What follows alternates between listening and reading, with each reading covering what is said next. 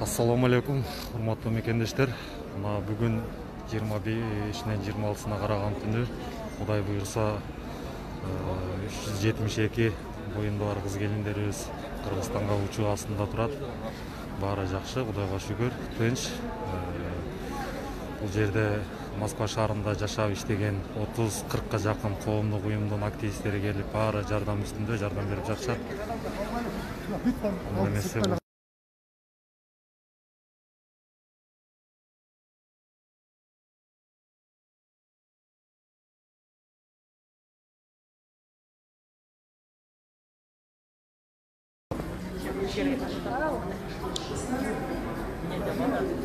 Жүз пайыз кыз келиндерибиз деген болсок адашпаган болобуз.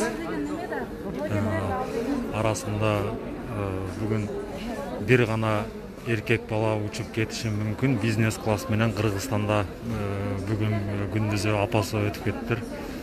Жалгыз эркек бала экен. Ошого тажиясына катышып калган, аракет кылып көрөйүн деп суранып атат. Аны дагы азыр биз ушул жердеги комиссия мүчөлөрүнө, комиссия төрагаларына суранып көрөбүз. Эми ошол апасы өтүп кеткен бала Кыргызстанга учуп кетсин, бизнес класс менен болсо дагы деп. Бирок азырынча чечиле элек. Ушул карындаштарыбыз, эжелерибиз баары Кыргызстанга учуу астында турат. Жигиттер, ак калпакчан жигиттер баары кызматта. Кара Суу коомунун жигиттери, Нарын коомунун, Талас Ысык Көл коомунун жигиттери, активисттери баары кызматта. Туугандар.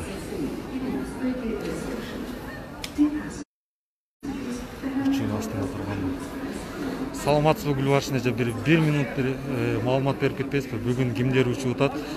Жана. Баарыбыз көрөткөндөй, жалаң гана ош бойлуу айымдар. Анан колунда 2 жашка чейинки баласы бар кыз келиндер, Анан ошол 5-6 күндүн комиссия каралып, аябай абдан көп 1000ден ашкан. Анан ошонун ичинен 400 эмесе алып берип алып, комиссия берип. Бул жанагы 5 айдан 8 айга чейин Ошо ош бойлуу айымдардан да категория алып бөлүңүздөр. 5 айдан 8 айга чейин. 5 айдан 8 айга чейин. Балдары дагы 2 жашка чейин дедик, анткени балдар 2 жашка чейинки балдарга эленбейт. Место кенен болот да, бардыгы жетиштүү болот. Место кенен болот, Аэрофлоттун требованиясы кандай болду? Жана 2 жашка чейинки балдар канча пайыз акча төлөйт экен? Сизде маалыматыңыз барбы? Биздин маалымат боюнча Аэрофлоттун эмеси боюнча 2 жашка чейинки балдар 1230, 10% тегерегинде экен да анда. Бизне билети 13850-нун тегерегинде. Бизнес класста канча орун экен, эконом класста, анан бүгүнкү учкандар кандай болуп атат? Ошол жөнүндө так маалымат болсо. Бизнес класста 30. Анан биздин жарандарыбыз акча билгенде бизнес класс 6 эсе жогору баада. 6 эсе жогору. Эконом класстагыдан 6 эсе жогору баада. Анан кийин ошондон бизде калышпар азыраак болду. Мен азыр дагы аягына чейин тактайбыз. Ошо менимче 30 орун болбосо дагы 25-20 киши бар деп азырынча алдын ала айтсак болот. Рахмат Гүлбаршын эже, оор күндөрү ушундай эл үчүн кызмат кылып жүргөн баардык активисттерге жана жалпы мамлекеттик кызматкерлерге ден соолук каалайбыз, иштерине ийгилик, үй бүлөңүздөр менен тынч болуңуздар. Түндү күндү чоң рахмат. Рахмат эже, баарыңыздарга. Жарандарга, Москвада баардык жигиттерге чоң рахмат. Рахмат эжеке, сизге дагы аман болуңуз.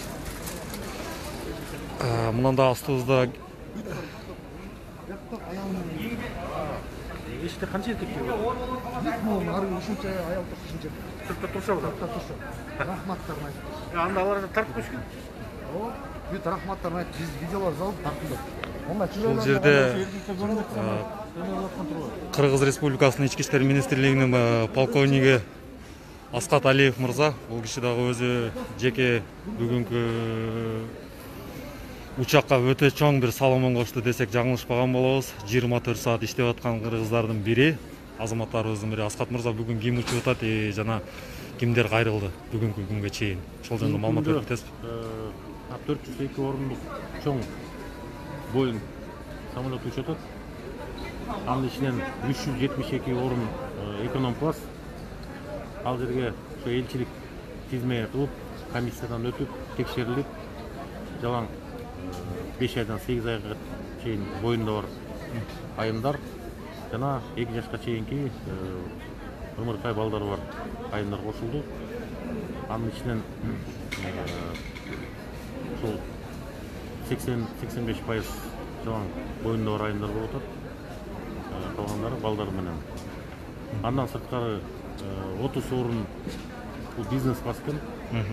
Бизнес класс орундуктары боюнча бүгүн биз 17:30-да элчиликтен дагы тизмени бердик. 22 орун бар.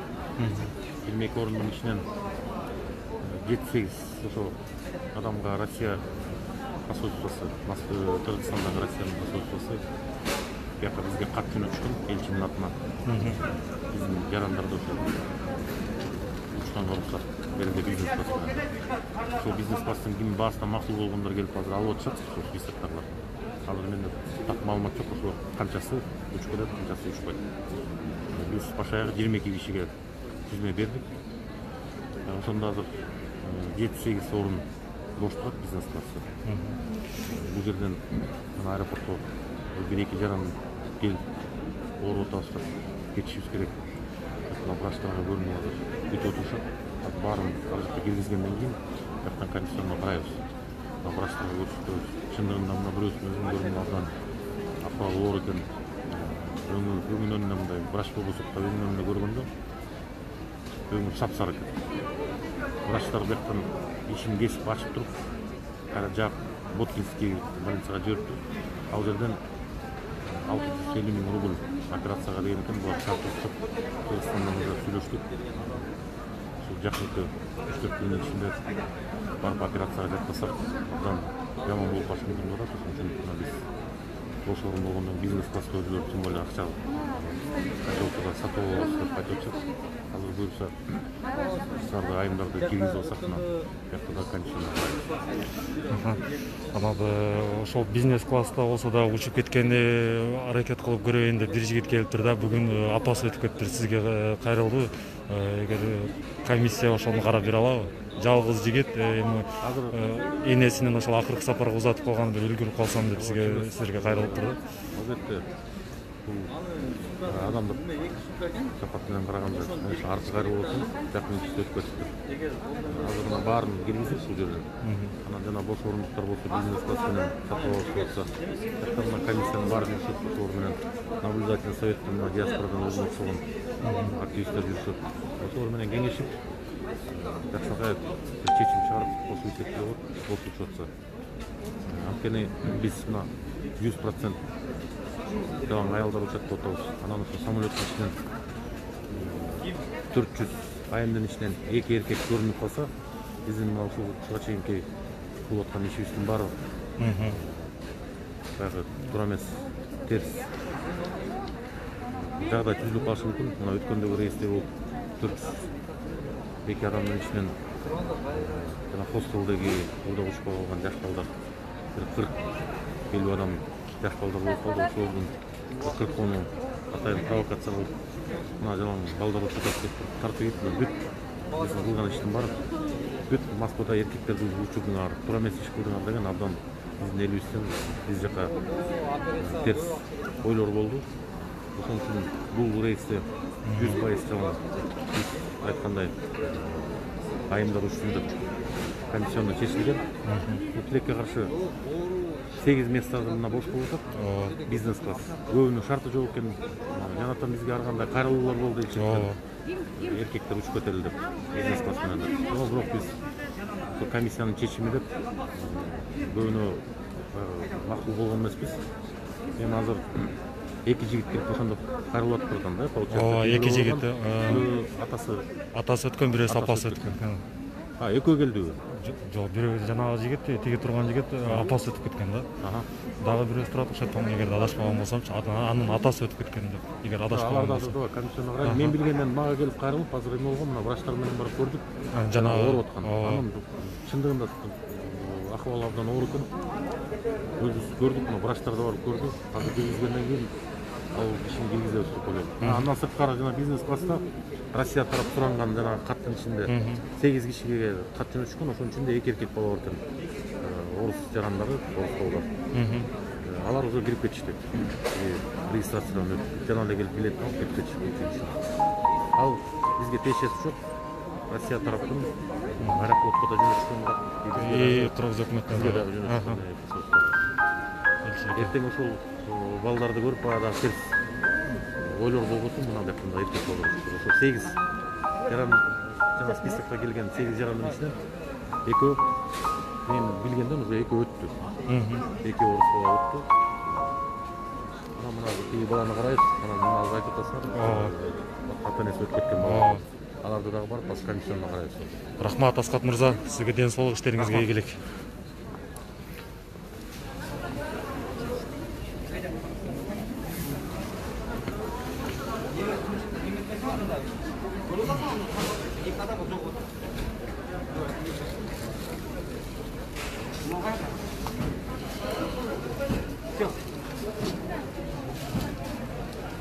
Onu öyle çıtap koy, al koy.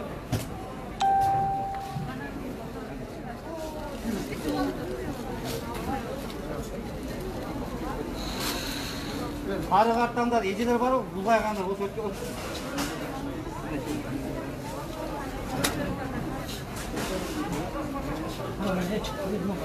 Кыргыздын бычакка сапалдарынан бири болгон Акбар мырза менен Ула мырза кызматта. Men daha kaytalayım. Eğer de 100 miligramdan aşkan su olgan bolsa, napiti bolgan bolsa, ötközbeyt. Ötközbeyt. Урматтуу мекендештер, урматтуу кыргыз эли, мына бүгүнкү учуп жаткан ошол өзүбүздүн эже карындаштарыбыз. Мындайча айтканда 100% 5 айдан 8 айга чейинки боюнда бар кыз келиндер. Ак калпакчан жигиттерибиз баары кызматта, ошол карындаштарыбызды сумкаларын упаковка кылып, ошол жүктөрүн алып келип, ошол учканга чейин узатып коелук деп аракет кылып атышат. Kim sumkası çıkıldı?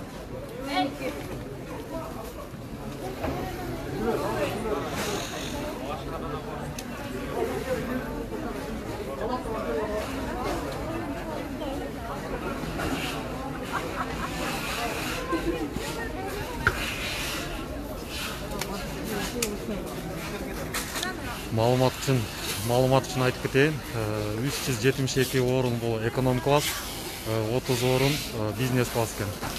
Эконом класстын баасы 13.000 рубльдин тегерегинде болуп чечилиптир. Бул Аэрофлоттун баасы мындан алдын көрсөткөн баасы 25.000 тегерегинде болгон.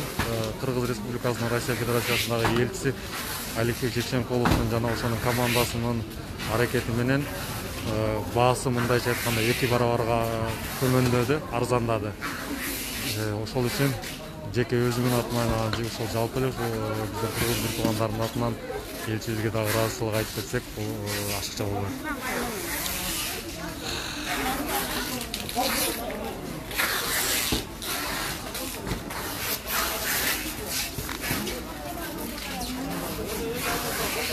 Бул жаштар ошо бүгүнкү активист жигиттерибиз, карындаштарыбыз, ошол жигиттер баары кызмат кылып, аракет кылып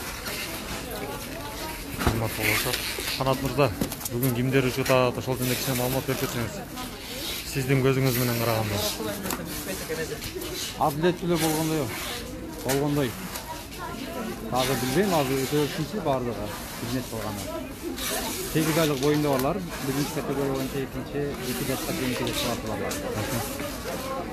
Рахмат, сизге дагы ден соолук. Экөөнү көрдүк, баягы чоңураак баласы бар, эми аларга эмне болду десең, апасынын боюнда бар экен. Айла жок учат, баласын таштап кетмекти алар.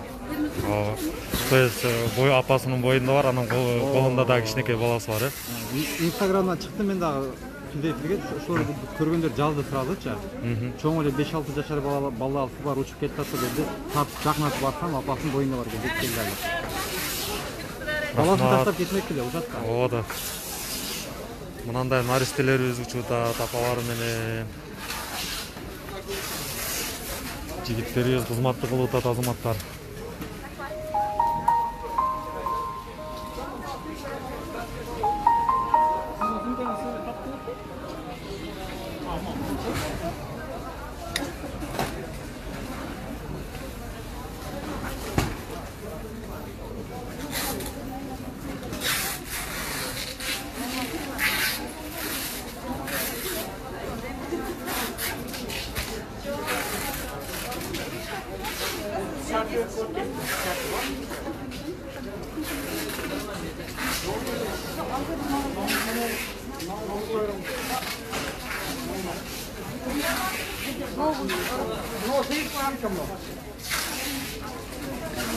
Урматтуу мекендештер, ушундай жаңылыктар. Бүгүн Москва түнкү саат уже 1-2 минут калып окшойт эгер адашпасам.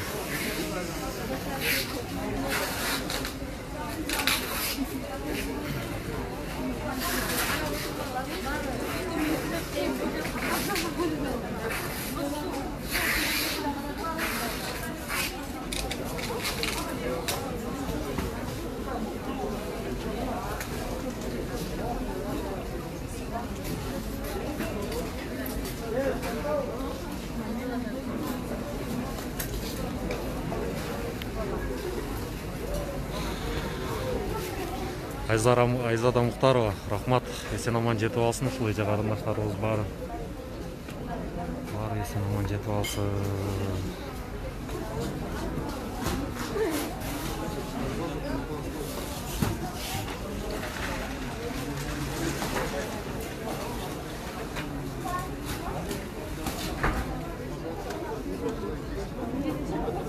Все прошли ему партию, но вот эти списки еще минут 20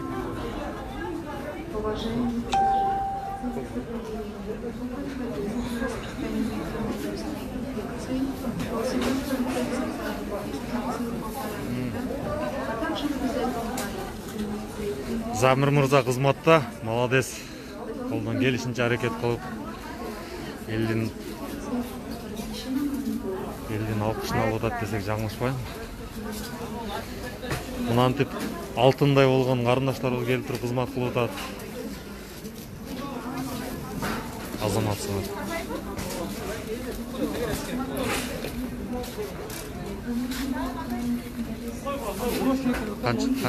Встреч барбы?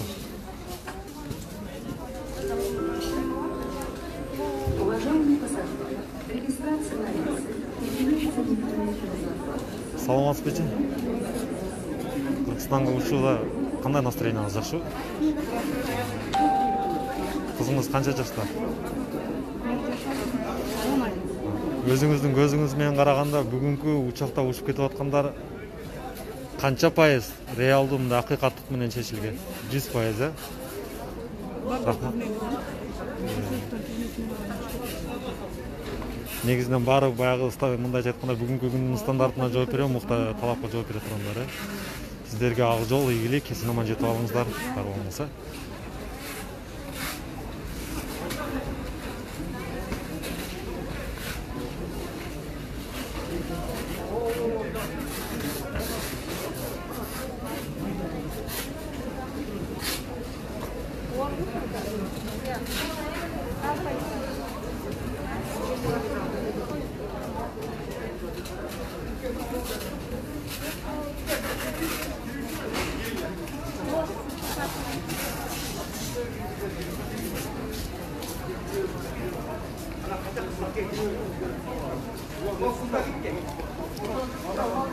Зарылгүл Курманбаева бүгүнкү күндө 5 айдан 8 айга чейинки өзү кайрылгандардын саны 2000ден ашат экен. Кудай буйрса мына 1-2 рейстен кийин уже бая жашоо шарты оорлошкон, кыйналгандарды дагы бир аракет кылса керек. Кыргыз өкмөтү, элчилиги жана башка биздин мамлекеттик кызматкерлер. Эртең билинет, дейт Ильяс Токтогазиев. Эртең билинет. Сиз бүгүн көзүңүз менен көрүп атасыз. Азаткүл Эргешова билет болобу азыр 1 саатта жетсем дейт. Билет болгону менен өзүн бүгүнкү күндө 5 айдан 8 айга чейин боюнда бар гана кыз келиндер учуп атат карындашым. Билет айтып коелачы, мен да кетким келип атат. Азаткүл Эргешова сабыр кылыңыз, баарыбыз кеткибиз келип атат. Айла жок, бирок бүгүн карындаштарыбызга, эжелерибизге уруксат беришибизге туура келип атат.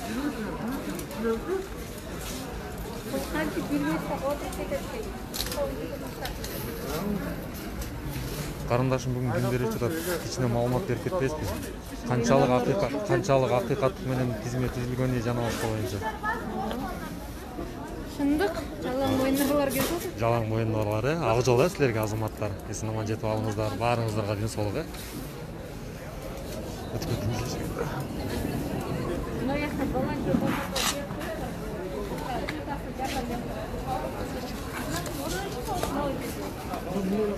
күч биримдикте элим барсын азаматтар, жигиттер.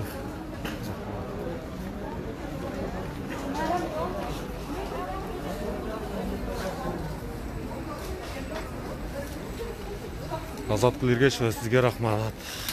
Денсаулыкта болуңуз, сабыр кылыңыз.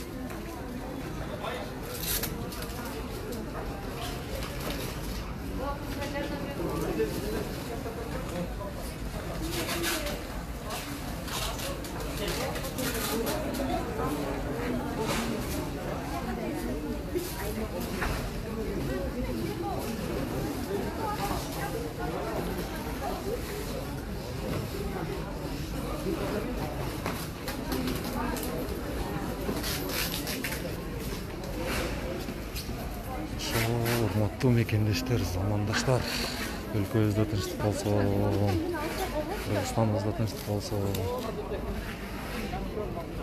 Отуруп.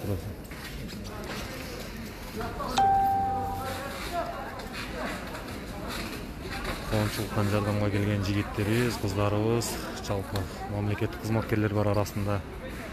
Элчиликтин кызматкерлери, миграциянын кызматкерлери, Ички иштер министрлигинин Москва шаарындагы өкүлчүлүгүнүн кызматкерлери баары жардам берип атышат.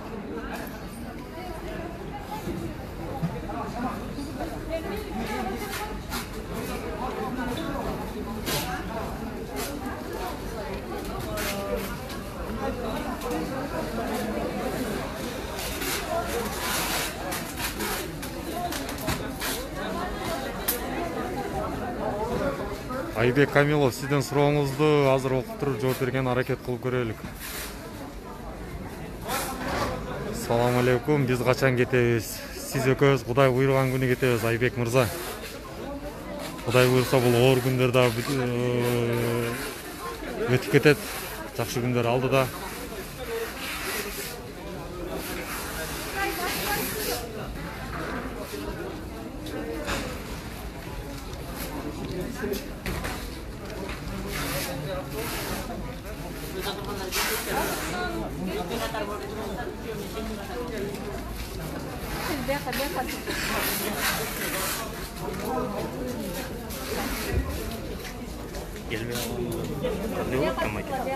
Gelme var da.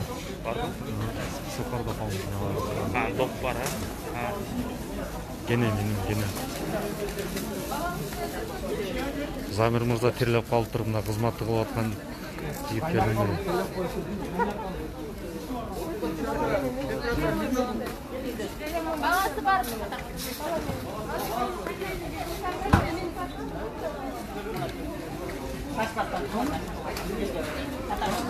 Асель Өмүрзакова, рахмат, ак жол эсен аман жетип алсын ушул эже карындаштарыбыз.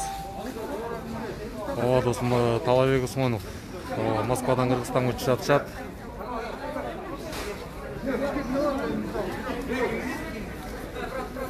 Айбек Камилов, Кудай буйруса ошоно кийинки рейстерди ошол ошко болсо жакшы болот эле деген ниеттебиз. Биз дагы суранып атабыз ошол.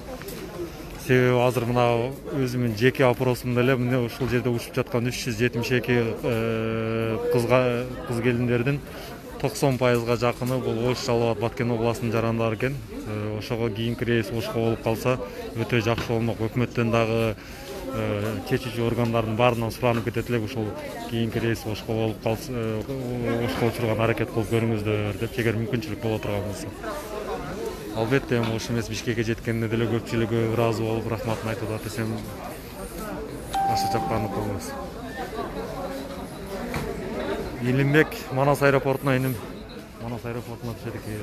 Кудай буйруса бир 70-80% уже 80%дан ашыгы киргени үлгүрдү десем жаңылышпайм. Жигиттер, бул жакка өткөзүп коюңуздар.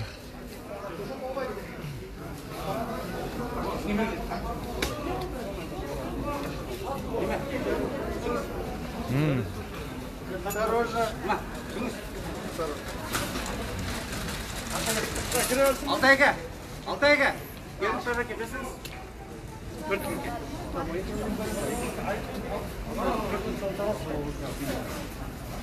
Harap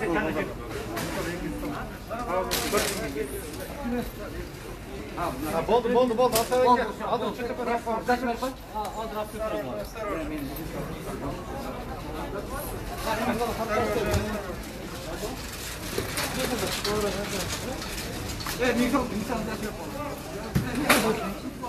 Жоқ, азыр күтіп атады. Реже кіресіз бе? Мына азыр эле өзүңөр күбө болдуңар достор. Мына бир карындашыбызга 4000-5000 сом акчасы жетпей калды эле. Ошол жердеги эле кыргыз жигиттердин өзүнүн жигиттерден бирөөсү ошол 4000 сом акчасын жетпей калган билетине акчасын да төлөп берди. Ушундай азаматтарыбыз көп болсун. Муну мен эмнеге баса белгилеп айтып атам, себеби берешендикти үйрөнөлүк. Мамлекетибизде тынчтык болсун, эл журтубузда тынчтык болсун дегенде. Алла разы болсун берген адамга.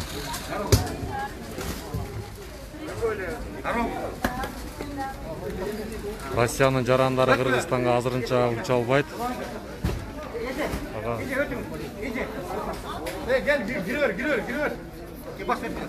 Азырынча уча албайт. Бир жагынан Кыргызстандын требованиясы, экинчи жагынан Россия өзүнүн жарандарын сыртка чыкканга азырынча уруксат бере элек.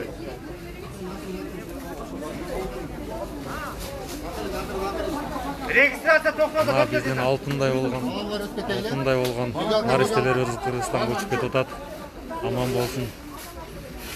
Эмес, бул жакта эженин Жим қана, кесе. ана уборный пошла. Регистрация заканчивается, то өткел казак. Улам мырза кызматта, Акбар мырза кызматта. Жигиттер азаматтыгын көргөзүп кызмат Закрывается кылууда. регистрация. Даже орусча сүйлөйт. Англисче сүйлөгүчөңдө өтүп кетип кала да. Ке жигиттер өткүлө. Gel, giriyor. Сыртта элдер бар, аха. Өзіңізге өтіп өтті. Өттік. Lan kalk etme, çekil.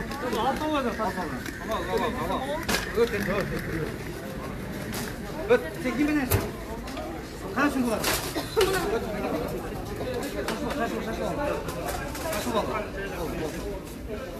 Nege tez deme, hadi. Бул жигиттер кыздар баары кызматта. Азамат жигиттерибиз бар болсун, мекенибизде тынчтык болсун. Ден соолукта болсун. Улам мырза, түз эфирден пайдаланып, груз двесинин акыркы маселелери боюнча айтып кетпейсизби? Кече эле бир кайрылуу жасадыңыз эле. Кандай маселе болуп атат? Аябай маселе көп. 1 мүнөткө мындай убакыт бөлүп туруп айтып кетиңиз. Как раз Убакыт өтө немеде? иштеп аттыңызбы?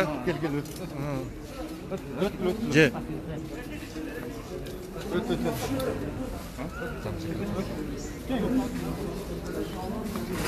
Грузия боюнча вопрос аябай көп. Бүгүнкү күндө мурун Казакстанда проблема болуп аткан болсо, азыр Казакстанга жетпей, Россиянын границасына жетпей, Самарская область полный блокпост. Блокпост, там полицейский стоят. Алар текшерип атат. Бул кийин аны каяка кетет дегендечи. Видят, что груз весит, все, они должны пропускать. А граница, они имеют право кармау, ачканы текшергенечи. Андан сырткары ар бир машинада биз айтабыз, бир водитель, бир сопровождатель кетсилер. Себеп границада жолдо кыйналбасын деп. Биздин кыргыздар эмне болот? МКТка чыгып алып туруп, сумка жүктөп, адам жүктөп алышат да. Ошондой болушат да. Ошол нерсе токтотуш керек да. Оренбургка баргандан кийин, Самарага баргандан кийин бизге чалып атат. Өткөзбөй атат депчи. А биз чалып текшертсек, элчилик аркылуу. Сумка салып алган, адам салып алган, ашча ушуну болгон да. Ошол нерсе токтотуш керек. Ошон үчүн азыр буюрса көздөйсө кетет, мурунга караганда жакшы. Колдон келишинче. Ошо блокпостто кичине кыйынчылык болуп атат. Биз бул боюнча элчиге кайтканбыз, айтканбыз. Эми жардамдар болуп атат, бирок баягыдан ким адам салып нарушение кылган болсо, аларда проблема болуп атат. Азаматсыз Улам мырза көптөн бери ушул кыргыз жарандарына жардам берип, груз двесини кетиргени, башка кылган жардам берип жүргөн азамат жигиттерибиздин бири. Ден соолук каалайбыз, баарына ийгиликтерди каалайбыз. Бул медик эжелерибиз дагы бүгүнкү ушул учакта сопровождение кылганы келишкен азаматтарыбыз, алтындарыбыз, эжелерибизге да ден соолук каалайбыз. Ya, сразу сумкасын тап, сумкасы келсин. Ара айтпа балдар. Экинчи нерсе уктап калып экен. Бак комнат отурга кирип кеткендер болот. Азаткүлөргө бизге да ошол күн насип кылсын деп. Бегимай Кожобекова айтканыңыз келсин. Патриот Кыргызмын жигиттери бар болгула. Сиз дагы аман болуңуз. Асель Өмүрзакова. Үзгүлтүксүз аба каттамы качан башталат? Качан гана Россия менен Россия Казакстан Регистрация закрывается. аба асмандашканда мындайча айтканда башталат. Азыр эркек жок, бир да эркек жок. Бир да эркек жок. Айбек мырза туура айтасыз. РФ жарандары эч жака учкан жок. Данияр Төрөев.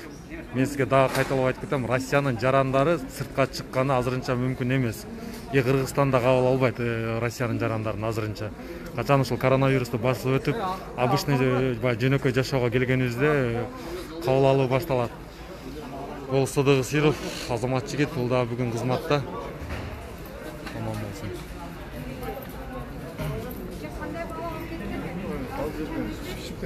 Акбар мырза, сиз дагы бир активист катары бир өзүңүздүн оюңузду айтып кетсеңиз, сиздин көз карашыңыз кандай бүгүнкү учкандарга? Канча пайыз чыныгы муктаж адамдар же болбосо кыз келиндерибиз учту?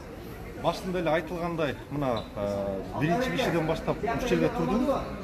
Айтылгандай, чын эле боюнда барлар, анан кичинекей наристелердин өттү, бир да эркек өткөн жок. Кудайга шүгүр, мына тартип бар жерде ушундай тынччылык, ынтымак болот экен да. Ошон үчүн баарыңарды тынччылыкка, ынтымакка, ушундай биримдикке чакырам. Бул диаспора мүчөлөрүнө, активисттерине, сага окшогон жигиттерге чыңгыз Аликбек Жекшенкулович жетектеген жамаатка аябай терең ыраазычылык бүгүн көрүп көз сүйүнөт да. Эми бул нерсени азыр силер камера аркылуу көрүп атасыңар, бирок өз көзүңөр менен көргөндө мындай такыр башкача сезим болот экен. Ынтымакка келет экенбиз, бири-бирибиздин тилибизди алат экенбиз. Кудай буйрса Кыргыздын келечеги жакшы жакка ойт экен, Кудай буйрса. Ошол бүгүн биринчи жолу тарыхта аялдар учагы болду, болгондо да боюнда барлар. Анан келечек кичинекей наристелерибиз 2 жашка чейин. Дагы бир жолу чоң рахмат бардыңарга, ийгилик тилейм. Рахмат Акбар мырза. Акбар мырза дагы Скол коомунун төрагасы. Ошол оору башталгандан бери түнү күнү иштеп, арасында ооруп да чыкты. Бул жигиттерге дагы ден соолук каалайбыз, аман болуңуздар, иштериңиздерге ийгилик жигиттер. Мен эле ооруп чыктым. Элим үчүн, азаматсыңар, элим үчүн деп мына кыздарыбыз, активист кыздарыбыз келип кызмат кылып атат. Ушул эже сиңдилерибизди узатайлык, учуруп жиберейик деп сиздерге дагы терең ыраазычылык, өтө чоң рахмат.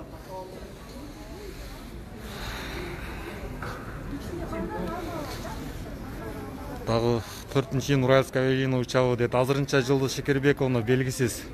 Учактар ал күнү жылып кетиши мүмкүн, башка болушу мүмкүн, азырынча белгисиз.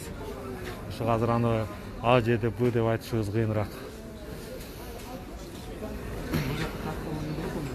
Не дейсиз? Айтып коеюн.